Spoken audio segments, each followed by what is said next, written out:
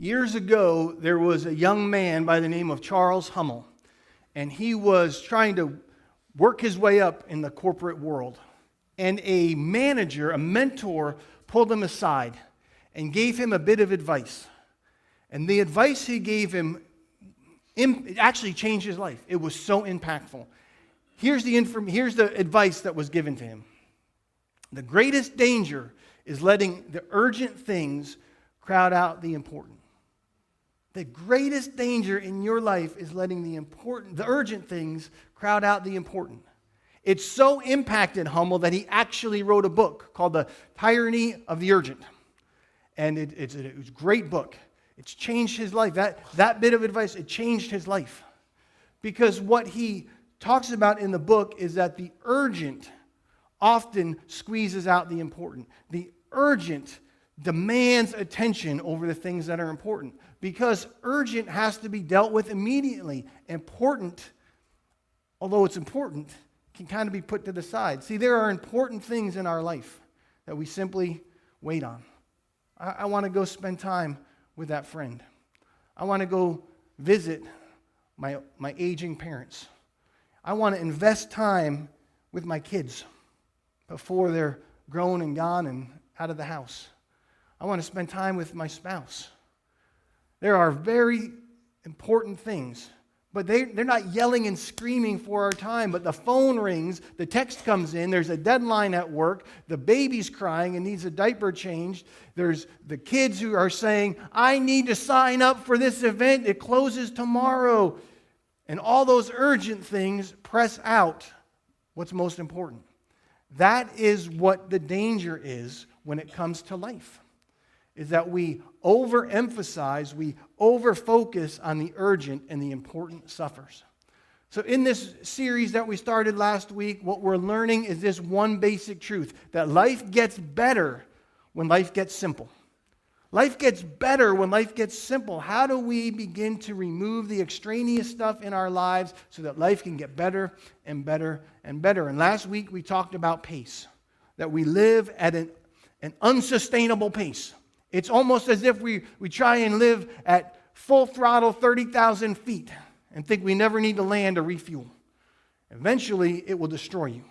And so what we learned last week is this, that you can change your pace by practicing the Sabbath. That you change your pace by practicing the Sabbath 1 day a week, 24 hours, where you say, I'm going to set this aside. It's going to be different. I'm not going to be doing all the busy stuff. I'm going to do things that feed my soul. So that's what we started on last week. But now we're going to shift and begin to look at how do we begin to manage those things in our lives, those priorities in our lives, and make sure that the things that are important take priority over the things that are urgent. And we're going to do that by answering two questions. The first question is this: how do you make the important a priority over the urgent? See, we can all agree, yes, the important stuff should come before the urgent. I don't think anybody would say, oh no, the urgent should always take precedence over the important. Now, there are times when the urgent and the important are lined up. There are times when they're one and the same. But a lot of times, what happens is the urgent overrides the important. So, the first question we're going to answer is, how do you make the important a priority over the urgent? The second question we're going to answer is this: what are the important things that should be prioritized? Great. I need to make the important things a priority. What's important? That's a great question. What's important? What does the Bible say is important? How do I make sure that the important things take priority over the urgent things? Now, I'm not saying there aren't ever moments and times where the urgent need to be dealt with. I'm saying when you make the important things priority over the urgent, you'll find yourself living a better life. Who's ever had this kind of experience? You're getting ready to go out on vacation, family vacation, and at work, there are things you have to get done before you leave. Now, all of a sudden, what happens? The important things become urgent. And the last day in the office, the last 2 days at the job site, you are more productive than 3 weeks all added up. Why is that? Because the important and the urgent the important has become urgent, and it is pushed to the top of your list, and you get it done. That's how God wants us to live, to make sure the important things come first so that we can have a better life. And we remove, all of a sudden you're at work and someone calls, can you make this meeting? I can't make that meeting because that meeting's not important. Getting this stuff done is important. So we need to learn how to do that. So again, we're going to endeavor to answer this question. How do you make the important a priority over the urgent? How do you do that? I'm reminded of a story. I don't know if it's true or not, but I like it. There was a lighthouse keeper. Back when they used to keep the lighthouse, the lamp lit with oil. And he would be given a shipment of oil every month, and it was to last him the entire month. And here he was, got a shipment of oil, and he had plenty. People in the surrounding neighborhood and village came, and they were making requests of him. A mom said, I need oil in order to keep the lamps in my house lit. So he gave her some oil. The local mill owner said, I need some oil for my machine so that they can keep running and that I can keep the men employed. So he gave him some oil. Dad came and said, I need some oil to be able to cook and have food. So he gave him some oil. As the month dragged along, all of a sudden he was getting close to the end of the month and he had more month than oil. And so the last day of the month, the lighthouse went out. There was no light. And a number of ships crashed and many lives were lost. The officials came and investigated what happened. And they said, why did you run out of oil? And he said, well, there were urgent needs for the oil, and I wanted to meet every need. I didn't want to disappoint everybody, and so I ran out. And they said, you need to understand something. You're given the oil for one reason and one reason only, to keep the lighthouse lit. You have to learn to tell other people no. You have to learn to tell them no. That's what you should have done. You should have told those people no, but he was unwilling, unable, uncomfortable to do that. So my question that the question we're going to begin to look at is, how do you make the important a priority over the urgent? Is how do you learn to say, which lights do I need to be lit? What has the oil that's been given to me, the time that's been given to me, where is it to be allocated? Because if I give it to the wrong places, I won't have enough time left. See, time is a limited commodity. And when it's gone, it's gone. When it's spent, it's spent. When it's past, it's past. So how do you make the important a priority over the urgent? Because I want to imagine with you what your average week might look like. An average week might look something like this. You go to work, 40, 50, 60, 70 hours a week. You say, I don't work. Well, you might not work outside the home, but if you work at the home, you've got a house to take care of, you've got bills to pay, you've got a house to clean, you've got things to do, you've got meals to prepare. Then you've got to get your kids up, get them ready for school, drop them off at school, pick them up from school, and go meet with the teachers. You say, that's why I don't send my kids to school. I homeschool. Great, you have to get your kids up, you have to feed them breakfast, you have to educate them, you have to feed them lunch, you have to go back and reteach the stuff that they didn't learn in the morning. Then when they're done with that, you have to deal with the fits and the fights. Then you have to make dinner, and then you have to feed your kids and feed your husband. Then you all have to spend family time together. On top of that, there are things like the friends that you promised to help. There are the family reunions that are planned. There's the dinner plans that you have. There are all the things that you want to do. There's the places you want to go. There's the meetings you need to attend. There's all your kids' events and activities. You have to get them to piano lessons and church events and soccer and basketball and football and drama. On top of that, you have to get the car washed. You have to pay the bills. You have to clean the house. You have to do the lawn. You have to take the dog to the vet. And, lest we forget, somewhere in there, you remember you want to catch up on the last season of Stranger Things and carve out time for that. When you've done all that, you remember, oh yeah, there's two other things. I'm married. At some point, I'd like to maybe spend time with my spouse. And as a follower of Christ, I'd like to develop my spiritual life. So I need to find time to pray and read the Bible. Is that what your week kind of looks like? Life has a way of pulling us in 1,000 different directions. And all these demands on our time leaves us with the question, how do you make the important a priority over the urgent? It starts by turning to the wisdom that we find in the Bible. In the book of Psalms, it says this, I trust in you, Lord. I say, you are my God. My times are in your hands. There is a value in stopping and saying, will I trust God? I trust you, Lord. Will I trust you to manage my schedule? You've numbered my days. You know how many breaths I have. You know how many heartbeats I have. You know exactly how long I'll live. My times are in your hands. Will I trust my time and my schedule and my priorities to you? So the first step in making priorities, making the important a priority, begins as you submit your time to God. It begins by submitting your time to God. Because as you do that, as you say, I trust you, God, I'm putting my time, I'm putting my calendar, I'm putting my schedule in your hands. You begin to see what's important through God's eyes. What does he value? What does he say, this is where you should invest? You begin to ask different questions because you're saying, if you ever inherit, I've never inherited anything, but let's say you ever inherit a huge fortune, but it's placed in a trust. So you can't freely access that money, it's in a trust. If you want that money, it's yours, but you can't just go get it. You have to go to whoever manages that trust and say, I would like this amount of money for this reason. And they agree or they say no. It's the same idea. God, I'm putting my time in your hands.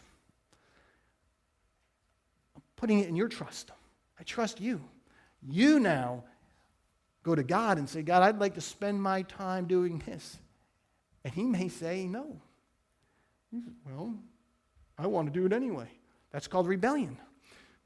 So at some point we say, God, I trust you. I'm putting my time in your hands. So one thing that we need to learn is this, that learning to put your time in God's hands, to prioritize the things that are important. Sometimes we think, we're Westerners. We think, we're like Greek thinkers. Everything's linear. We like formulas. We like equations. So when we think of what's most important, let's make a list, let's prioritize things, we think top down. Put the important stuff at the top and work your way down. But prioritizing your life does not mean making a list from most to least important. That may work in some venues.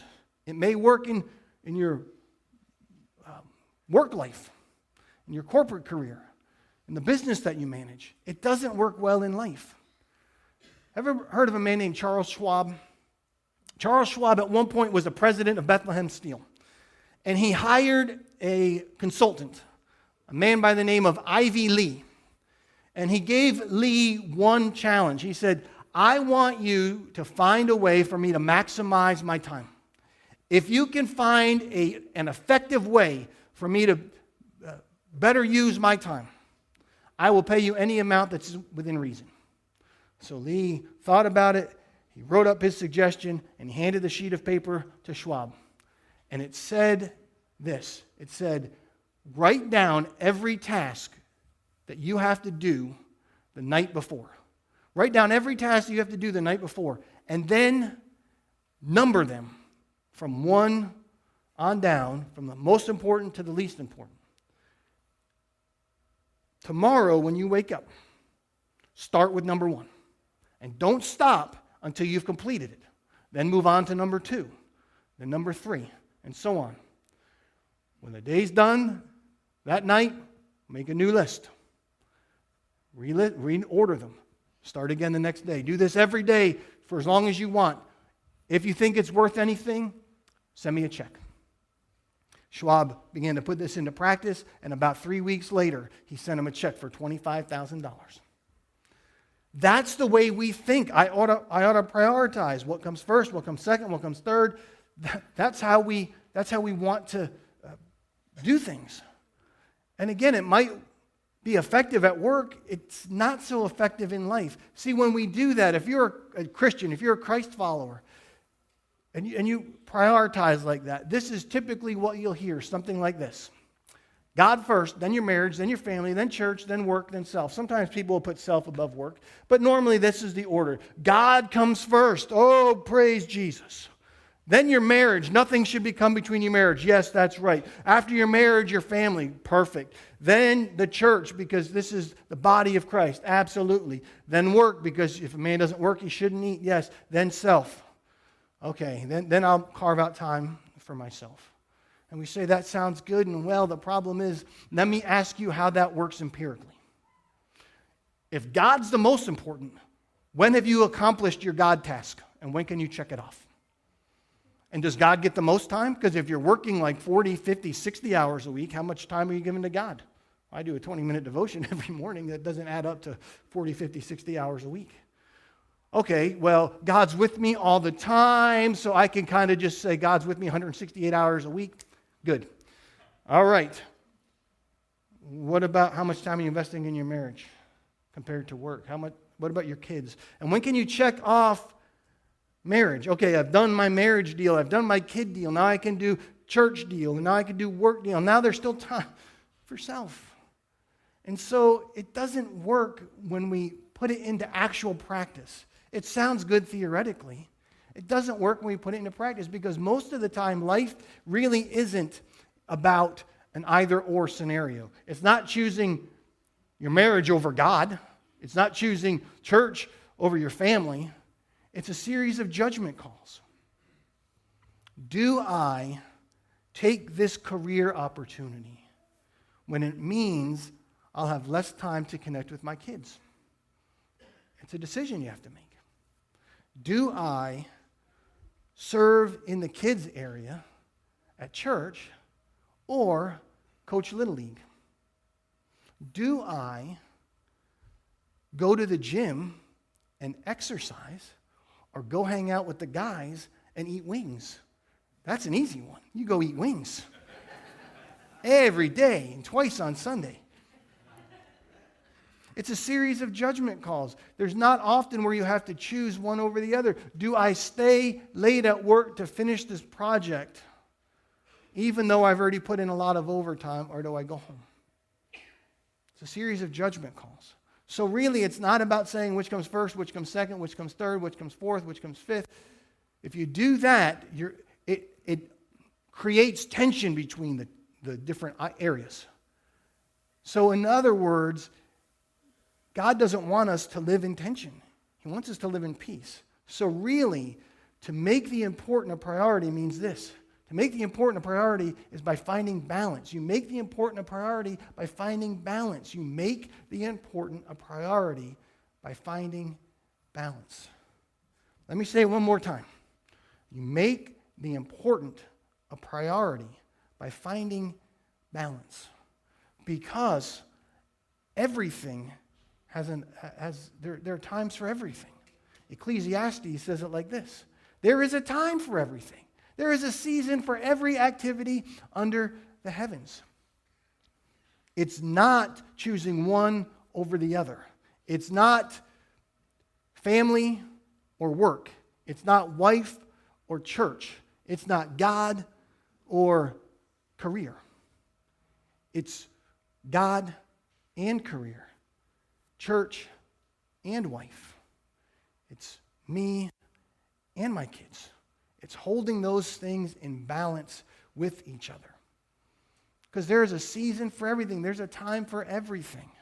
We have to learn that there are things that we have to do. There's great things that we can do. There are things we need to say no to. There are things we should say yes to.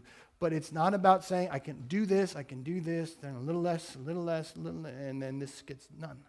That's not balance. What you're trying to do then is manage things in an untenable fashion. It will create tension in your life, I promise you. It will create more arguments than it solves. So what is the solution? If it's not a top-down solution, it's what I call this, the Jesus-centered pattern. Jesus-centered pattern. In other words, we have to learn how to put Jesus at the center of everything. Because if he's at the center of everything, then he touches everything, he informs everything, he shapes everything, he influences everything, and he actually now begins to shape how I interact. In other words, if Jesus is at the center of my life, if I follow the Jesus-centered pattern, if he's at the center of my life, it will never detract from my relationship with my wife. It will enhance it. I will love my wife better because Jesus is at the center of my life. I will be a better father because Jesus is at the center of my life. I will be a better pastor because Jesus is at the center of my life. Jesus is the great shepherd. I will shepherd the church better. Jesus teaches us how to love and be compassionate. I'll love my wife better. Jesus teaches us how to invest in people, how to challenge them, how to inspire them. I'll be a better father. If Jesus is at the center, he impacts, he influences, he touches every other area of our life. Therefore, we don't have to so much worry about which comes first, which comes second, which comes third. When we put Jesus at the center, he helps us to understand how to balance everything. Without that, you're left wondering, you're left guessing, and you'll create tension in your life unintentionally. Tension between work and home, tension between wife and kids, tension between church and yourself, all these tension points. God doesn't want that. He wants balance. So if the Jesus-centered pattern is what we're looking for, and that's how we begin to identify, or how we begin to place the important over the urgent, it still leaves the second question. What are the important things that should be prioritized? What are they? Tell me, Pastor. There was a book that was written by Doug Sherman and William Hendricks. They wrote this book, and the whole idea was the title was how to balance competing time demands. How to handle those things that demand your time. They wrote from a Christian perspective. They researched the Bible. They read section after section, and they said, what are the areas, the main areas where we are to pour our time and our energy? And they came up with 5. It's kind of like a pentathlon in the Olympics. It's got 5 areas. And so the first one is this: personal. Your personal area of life. Include your emotions, include your hobbies, the things you like to do. These are not in order of importance. They're just, I have to give them to you in an order. But please don't assign importance to this. This is why it's in a circle. So your personal life, your hobbies, the friends in your life, those things that you like to do, the inner part of you, the things that refresh your soul, the things that are life-giving to you. The next is this: family. Family. Your spouse, your kids, your parents, your extended family. Those people who are in family relationship. Extended family, all those kind of things. Your family. How do you deal with the family aspect? So you need to put time and energy into yourself. Love your neighbor as yourself, the Bible says. There's no care for yourself, no personal life, how do you love your neighbor? What about your family? Third is this: work. Work. There's your work life. There's your career. Whether you work at home or work outside the home, whether it's a paid position or not, it's the areas where you invest most to help provide for, to manage, to make your household work. So it may be a career. You may be a stay-at-home mom who homeschools the kids. You may be paying the bills, doing the chores, all those things that you have to do at home. Your work life. What is that? Next is church. Church. That place where you go and you gather together with other believers. Sunday morning, connect groups where you serve. All those areas where you say, this is a part of me. I'm not a Christian in a vacuum. You can't be.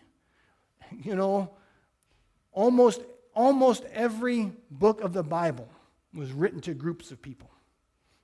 Almost everyone. A couple of them were written to individuals, but almost everyone was written to groups of people. We read those things. You are the body of Christ. It's not you singular. It's you all together are the body of Christ. So the church. And then last, community. Those things that are outside of those other four. Things like being involved in local politics, coaching Little League or soccer, serving at the homeless shelter or the soup kitchen, helping people in the community, tutoring at the local school district, all those kind of things that you do that are in the community, going shopping, anything that's community oriented. So those are the 5 areas that we should make priorities. Now, it sounds good, personal, family, work, church. Personal, family, work, church. We have to balance all those things. So in order to begin to balance those things, there's some questions we need to ask ourselves. The first question is this: what have you added?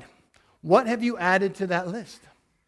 Because we add a lot of things that we don't need to add. But because it becomes urgent, we add them. A second job. Do you need the second job? Well, no, I'd like the second job because I'd like money. I'd like the second job because I'd like to eliminate the debt in my life. Okay, but the debt became urgent because you've overspent for the last 73 years. You might not be able to get out of it in 73 minutes. So it may be something you want to get rid of, but it doesn't have to be urgent. I'm taking online classes because I want to get a career. Great. Wonderful. You want to advance your career, but you have a job. You don't need to take the online class. It's something you want to do, something you've added. I'm homeschooling the neighbor's kids because I don't have enough to do, so I'm going to homeschool the whole neighborhood. I'm the unofficial mom of the neighborhood. Maybe you're the unofficial event coordinator for everything and anything. If somebody says, I'm going to have a 6-day birthday party for my newborn, I'll coordinate that. Why? Why? The kid doesn't even know what's going on, but you just get involved. You just add layer after layer. You add a bunch of things, and it adds to the frenetic pace in which you live. Please hear me. I'm not saying you can't ever add things. I am saying this. Some things do not need to be balanced. They need to be eliminated. Okay? You just say, I got these 5 areas, I'm going to add 4 more, now I got to balance 8 areas. At some point, you just have to learn that you don't need to balance everything. You need to eliminate some things. Jim Collins, a great author, wrote a number of books, some well-known, Built to Last, Good to Great. He's a businessman, and he's written these books, and he was commenting one time, and he's quoted as saying this: most of us don't need to make a to-do list. We need to make a stop-doing list. Isn't that true? We've added so much. So my question is, outside of those 5 areas, what have you added? What have you added that adds complexity to your life? Remember, life gets better when life gets simple. What have you added that's added complexity to your life? And if it's made your life more complex, it needs to be eliminated. Now, here's the rub. It's easy to convince yourself that the things you've added fit in one of those 5. You need to be ruthless. You need to talk to people. You need to get counsel. You need to say, I'm thinking of doing this. Where does it fit? I think it fits right here in family. Well, it doesn't. So you need someone who's going to just be straight out with you. And listen, if you're going to ask advice, don't say this: I've decided to do this. Well, if you've decided, don't ask me. You've decided. Say, I'm thinking of doing this. What do you think? If you say, I've decided to do this, what do you think? I'm going to say, hey, go for it. You've already decided. Why are you asking me? If you say, I'm thinking of doing this, I'll give you advice. And don't play this card. God's told me to do this. What do you think? I think God isn't speaking to you. Nobody wants to hear that. So they say, God's told me to do this. In other words, you agree that God's told me, right? So say, I think God might be saying this to me. Can you help clarify this? But ask yourself, where do these fit in? These things that I may have added, where do they fit in one of those 5? If they don't, you may need to eliminate them. So what have you added? The next question is this: what have you eliminated? So you've got those 5 areas. What have you eliminated from those 5? I said those 5 are like a pentathlon in the Olympics. If you compete in the pentathlon, you have to compete in all 5 events. If you skip one, you automatic disqualification. If you skip one of these 5 areas, it automatically makes your life out of balance. You can't eliminate one and think it makes life simple. Listen, if 5 is good and life is better when life is simple, I'll just get rid of 2 or 3 of them and only have 1, 2 to deal with. And then life will even be better. It'll be more simple. But I've learned this. Life does not get better by eliminating important things. It becomes more complicated. Just think in the world of finances. I have counseled young people who have gotten married and said, balance the checkbook. Look at I'll just spend. The bank will tell me when I don't have any more money. Life gets complicated when you eliminate the important. You need to know what's in your account. We don't write checks anymore. I don't know what the equivalent of balancing the checkbook is nowadays, but you need to know. You have a budget, all those kind of things. Because it doesn't get better when you eliminate important things. It gets more complicated. I'll just eliminate marriage. Okay, I'm married, I have a husband, but if I don't have to spend time with him, I have more time for God. Life gets complicated when you eliminate the important. So you have to ask yourself, what have I eliminated? What are those things that are not getting any time, energy, focus? They're not getting any. They're so far down on the line. If I asked you if these were important in my life, you'd say, I didn't even know they were in your life. I didn't even know. The third question you have to ask yourself is this. What have you overemphasized? Yes, you're doing all 5. There's time and there's investment in all 5 of those areas, but some are getting a way bigger investment of your time than others, to the detriment of others. Now, I know most of us, when I say that, we think work.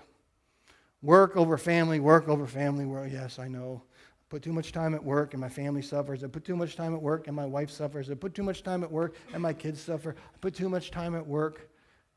Everything else suffers. You're right. You're absolutely right. So I'm not going to pound you on that. You've done a good job. And if you're not sure, ask your spouse. They can pound you on it on the way home. But I want to talk about another area where I think sometimes we overemphasize some things at the expense of others. I'm going to mention 2. So if you don't want me to step on your toes, now's a good time to put them under your seat. The first is this. Many of us have elevated self-care over the body of Christ. I'm just going to talk straight out. We have overemphasized self-care over the body of Christ. Well, I need time alone with God, so I'm not going to go to church. I'm just so confused by that statement. So you would not want to be where the saints are gathered together so you can be with God. Where 2 or 3 are gathered in my name, there I am in their midst. Isn't God's presence here greater, stronger, more meaningful? We need a family day. We need family time, so we're going to bag church. Okay. Because that's the only, the hour and a half on Sunday is the only time you can have family time. Oh, here's one. I need some alone time. So I'm going to send my family to church and I can be alone. Because the only time that you can be alone is the hour and a half when you send your family away to church. I am so stretched, I can't serve in the local church. I've been going so fast and so hard, I have to skip Connect Group. Now, please hear me. This is not legalism. This is not saying you can't ever miss church. This is not saying that you can't ever miss Connect Group. I miss Connect Group sometimes. This is not beating people up. It is saying it's emblematic of where our culture has gone, where we cut out church and church events and we don't even think about it. They're just there. Hey, okay, fine, church, don't go to church. So it's interesting. 20 years ago, a committed church person, on average, now you know we say there's 4 Sundays a month, but there's not really. There's actually more than 4 Sundays a month because there's 52 weeks in a year, and you do up the math. So the average committed church person would go to church 4 times a month. A committed member went to church 4 times a month. A regular attender went 3 times a month, 20 years ago. Today, a committed church attender, a committed member, goes 2.3 times a month. And a regular attender goes 1.2 times a month, which is slightly more than 12 times a year. I'm a regular attender. Other things have squeezed out church. We have elevated self-care or family time or whatever it is over the body of Christ. And we're warned about that in the Scriptures. Do not neglect the gathering together of the saints as some of you had. Do not forsake it. Gather together. So that's one that I think sometimes we overemphasize over another. Here's a second. I think it's even more pressing in our day and age. Many parents have elevated their children's activities over other areas, maybe over every other area, but especially over spiritual areas. I'm going to do a whole series on parenting in the fall, and I hope it's going to be helpful to you. But I just want to talk for a few moments about this. Okay? First of all, I want to say, and I say activities, it's sports, but it's not just sports. It's sports, it's drama, it's martial arts, it's this activity, it's that event, it's everything they're involved in. Every activity. But please hear me. I love sports. I love activities. I love it. When it comes to sports, I believe God created football to be played on Sunday. I preach my guts out, and then I go home and watch football. And if Sunday's not enough, now there's Monday night and Thursday night and college football. Listen, I love it. I love sports. I was involved in organized athletics from a little kid all the way through high school.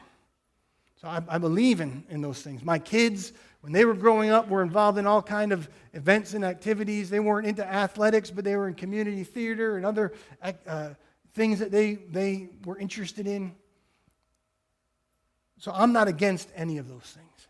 And also, please hear me, I do not equate following Jesus with simply being involved with church and church events. Following Jesus is more robust than that. But it doesn't exclude that. And so what happens is kids get involved in something.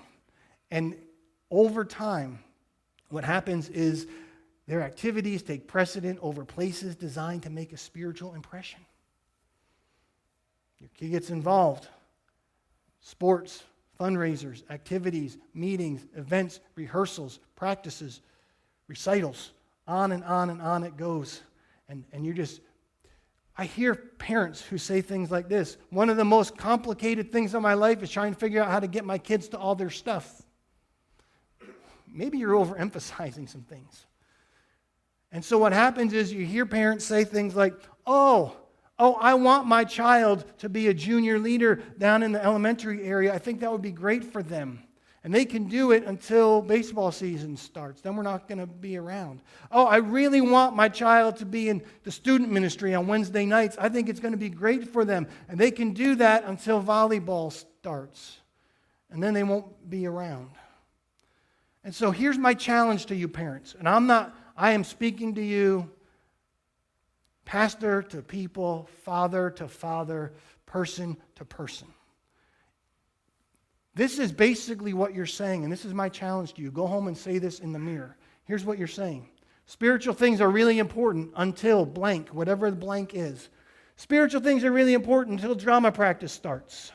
And then drama practice is more important. Spiritual things are really important until hockey starts. Then hockey is more important.